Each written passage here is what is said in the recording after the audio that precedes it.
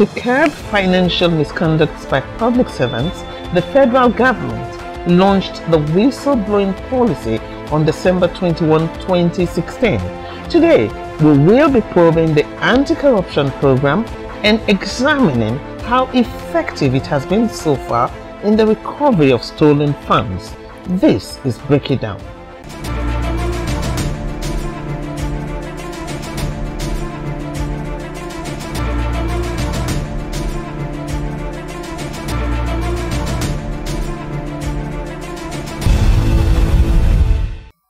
Hello and welcome to Break It Down, where we make matters of policies, societal issues, governance and development easily understood by all. Today we are discussing accessing the whistleblower policy, and our guest is Dr. CHIDO ONUMAH. Dr. CHIDO ONUMAH is the coordinator, African Center for Media and Information Literacy, AFRICMIL. You're welcome to... Thank you very much for having me. It's a pleasure to be here. It's been a long time we spoke. I know. It's so interesting to have you back in Nigeria. Thank you very much. Before we go into the whistleblower policy, let's talk about African Center for Media and Information Literacy. What exactly do you do here? Again, thanks for having me, and congrats on this program and how far you've gone. The African Center for Media and Information Literacy is a civil society organization, a non-governmental organization that focuses on media, research, training, and advocacy around media and information. But we also go further than that to use what media and information, the opportunities they provide us to discuss issues around accountability and good governance. Okay, I am very sure everybody out there wants to know about the whistleblower policy, because that was a very popular one at the time. Before we go into why it's no longer as popular as it used to be, let's talk about whistleblower. What exactly do we mean? For the purposes of breaking it down, what is the whistleblower policy? Well, before we can talk about the whistleblower policy, perhaps it's important to talk about whistleblowing. So essentially, who is a whistleblower? Somebody who, whether in the private or in the public sector, who provides information, depending on where they are, information that has to do with corruption, issues of maladministration, mismanagement, and so on. And it doesn't have to be related to financial issues. It could be in schools, sexual harassment, marks for sex, all kinds of things, exam malpractices, and so on. So essentially, the whistleblower is somebody who blows the whistle, who gives information to law enforcement agencies or the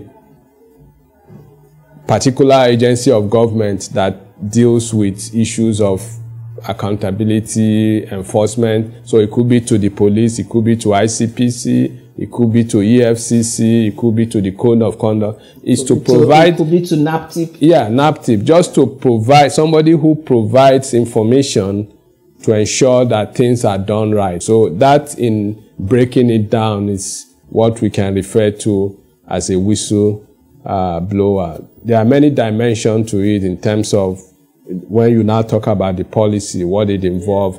The peculiar case of Nigeria is that there is a whistleblower policy that was set up in December 2016. This is 5 years. December this year will be 5 years of the whistleblower policy.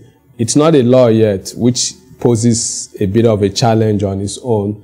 But even within the idea of a policy, there is a lot we can achieve. And the whistleblowing policy or whistleblower policy is one of the most effective, one of the most creative tools in the fight against corruption. Well, quickly before I end, you talked about the fact that when this policy started, it was all over the place. Yes. There was a lot of fanfare. People were excited about it. And we had some big cases. The Ikoyi, is it $22 million case? The Ikoyi, what later came to be known as the Ikoyi Gate. and so on. But again, it's also part of the challenge of governance in Nigeria.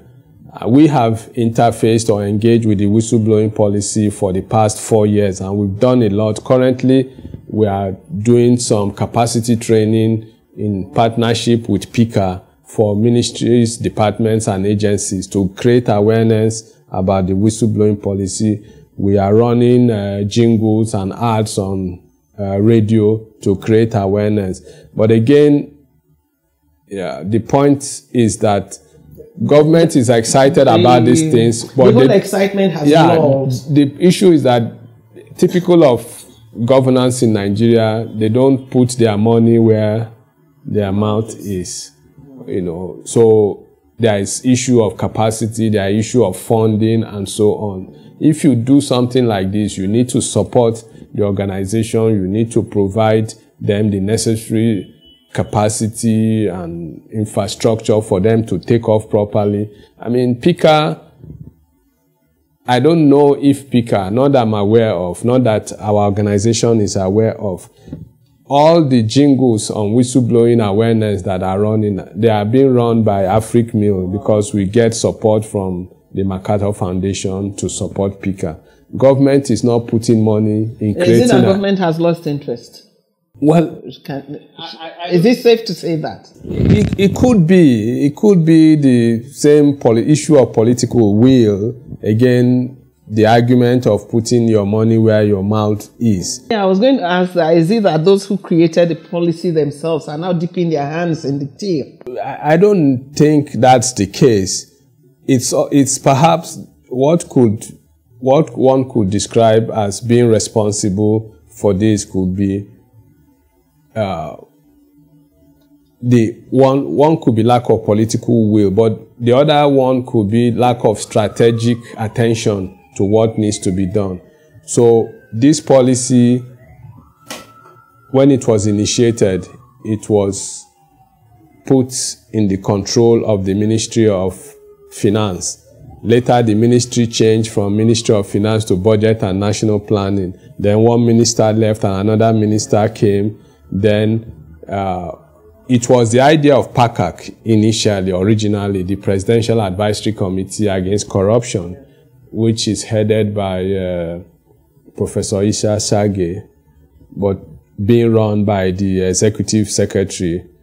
The man who is at the helm of affairs at the ICPC now, Professor Wansonye, used to be the Executive Secretary of PACAC. And PACAC was the whistleblowing policy is the brainchild of PACAC. Immediately this government came to power in 2015.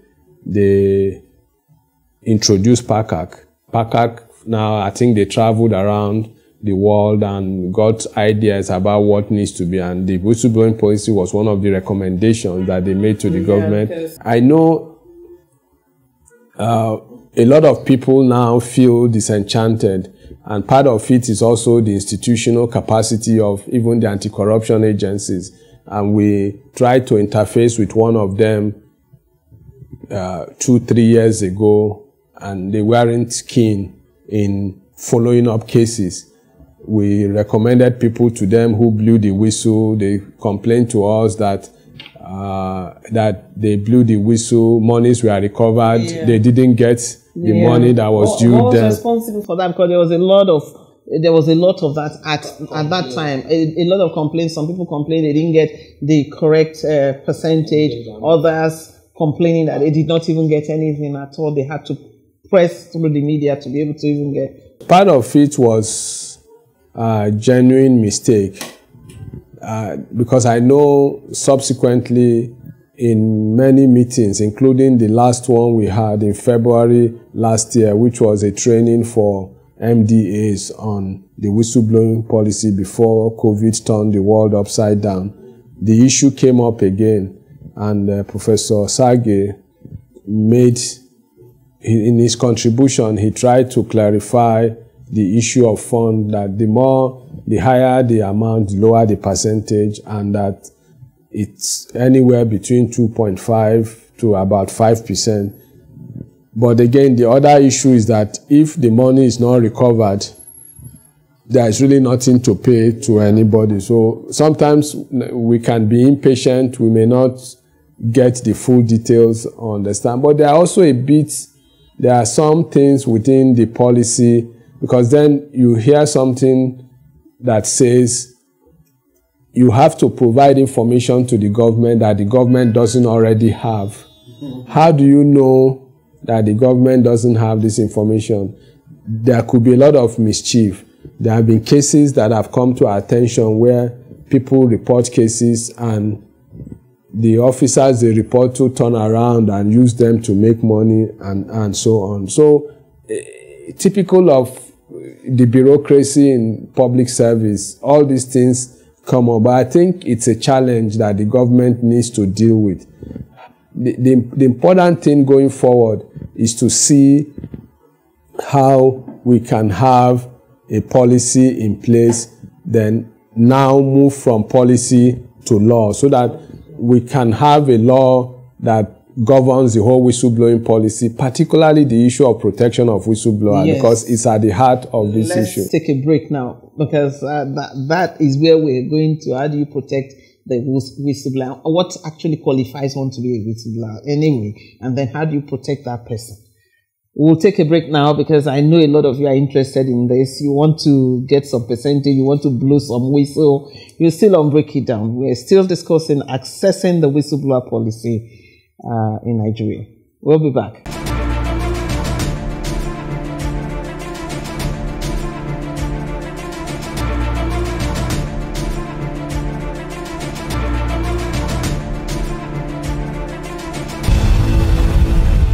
Welcome back. You're still on Break It Down, and we're still discussing accessing the whistleblower policy with Dr. CHIDO ONUMAH of the African Center for Media Information and Information Literacy. You can join the conversation on our social media handles showing on your screen.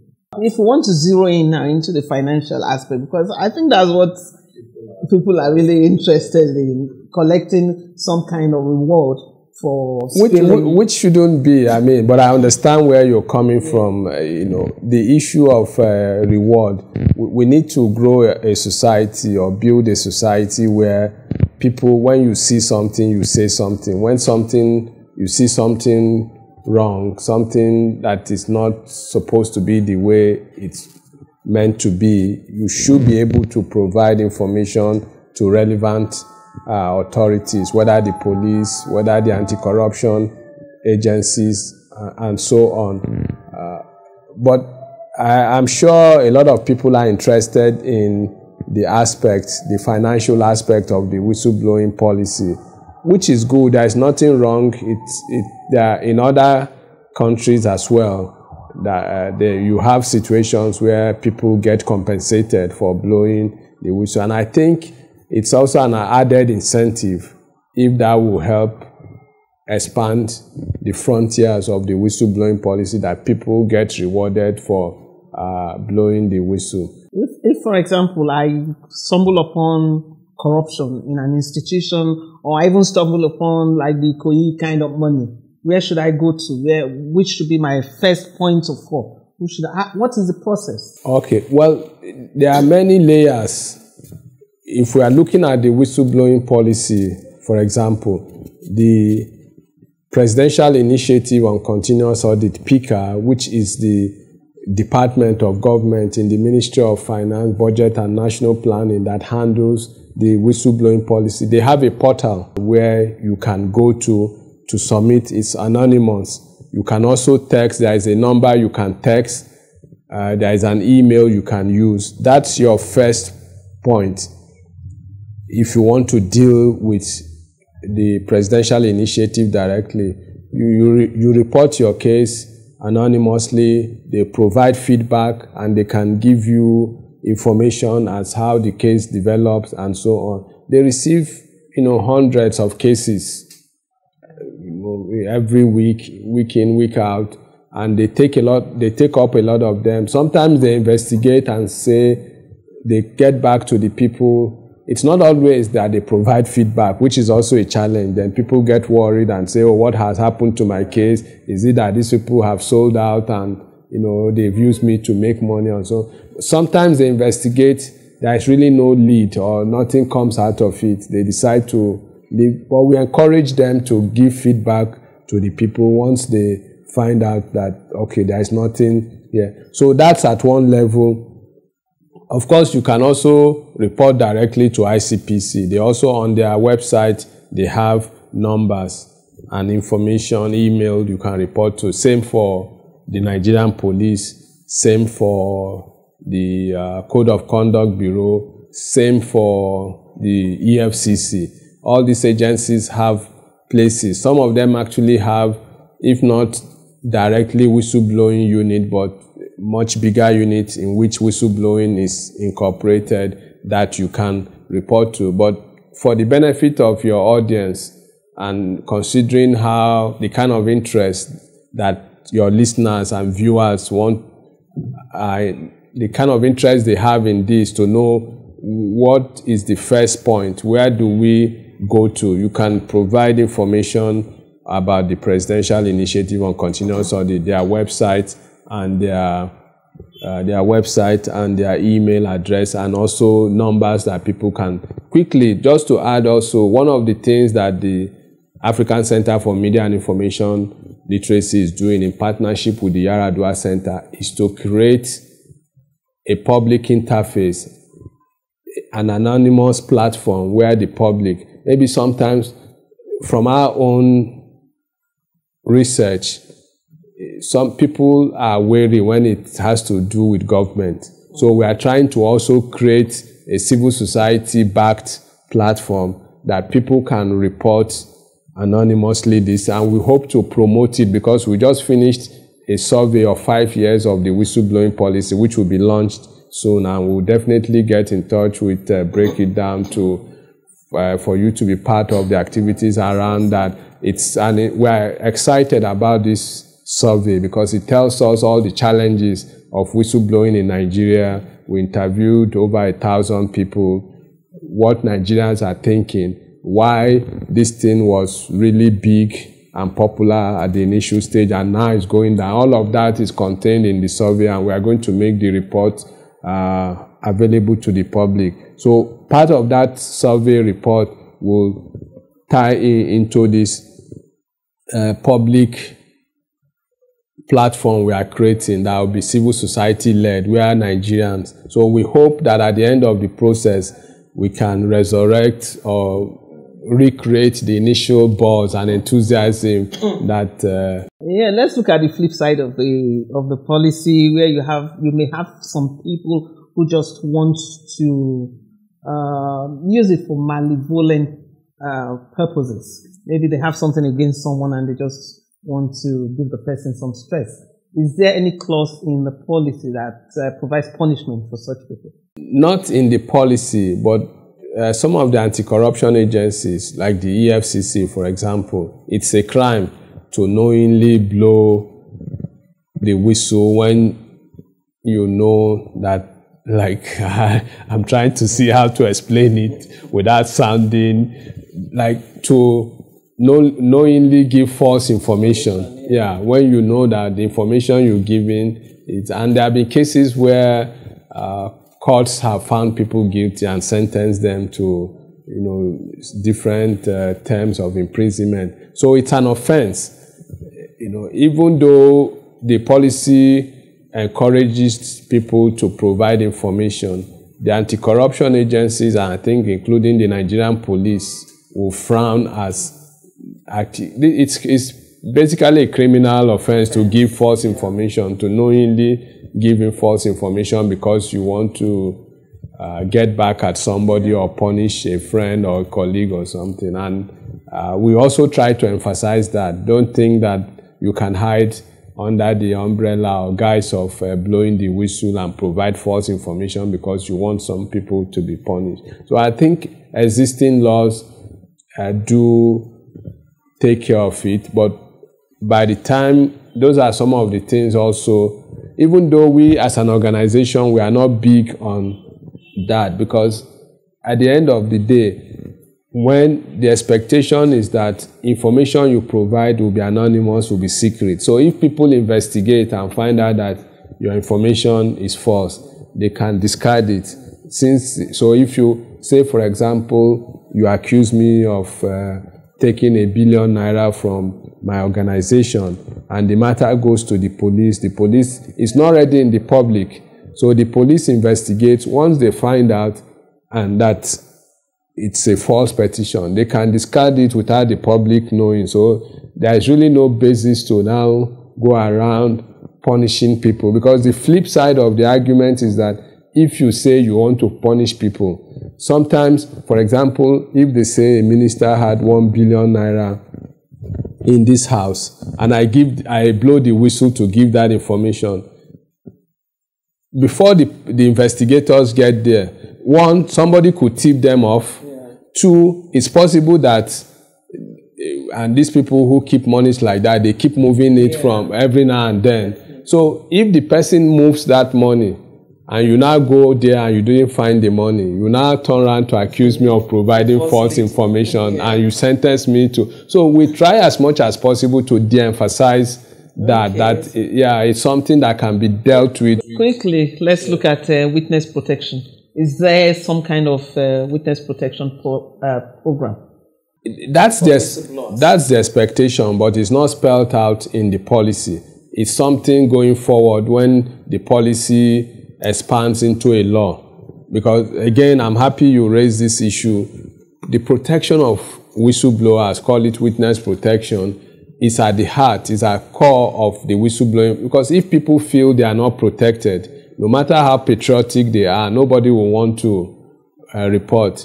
If they report, and to use the popular expression, you throw them under the bus, the government doesn't care. And we had situations, in fact, we were at the ICPC today, and we raised the issue of a whistleblower at the Federal College of Education in Warri, Delta State, who blew the whistle on the corruption and malfeasance at the institution.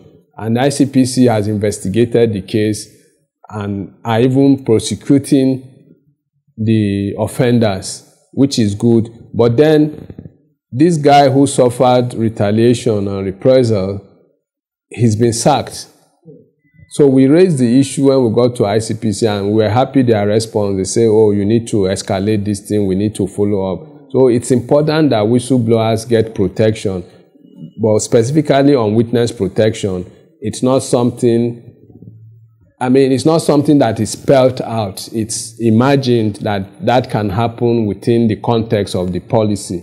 But it's when we have a law that such things will be clear in black and white, as the saying goes, and specifically saying what kind of protection. Does it include relocation, financial reward, or change of identity, and so on? Recently, you trained some journalists in whistleblowing. Is it that you are training them to become whistleblowers or to report whistleblowing? Well, I mean, by the nature of the work we do as journalists, we are whistleblowers.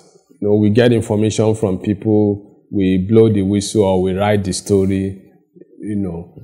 So essentially, journalists are whistleblowers. But the relationship we have with journalists is also based on the understanding that journalists play a critical role in the whole idea of witness protection or protection of whistleblowers.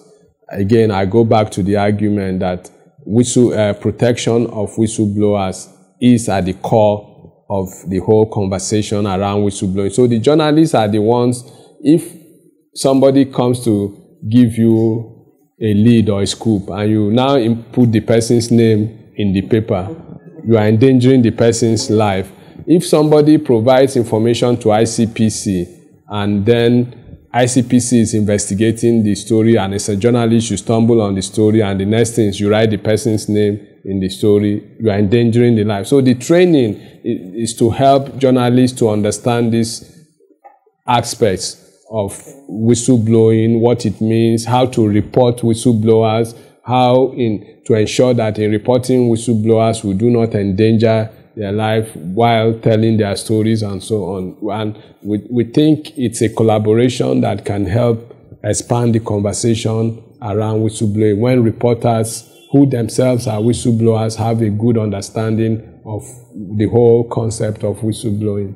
Will the reporter also be compensated? The reporter can blow the whistle and not be a reporter. He can just be a citizen and blow the whistle and look. Anybody can blow the whistle and get compensated. But again, the compensation will only come when money is recovered from the whistle you blow.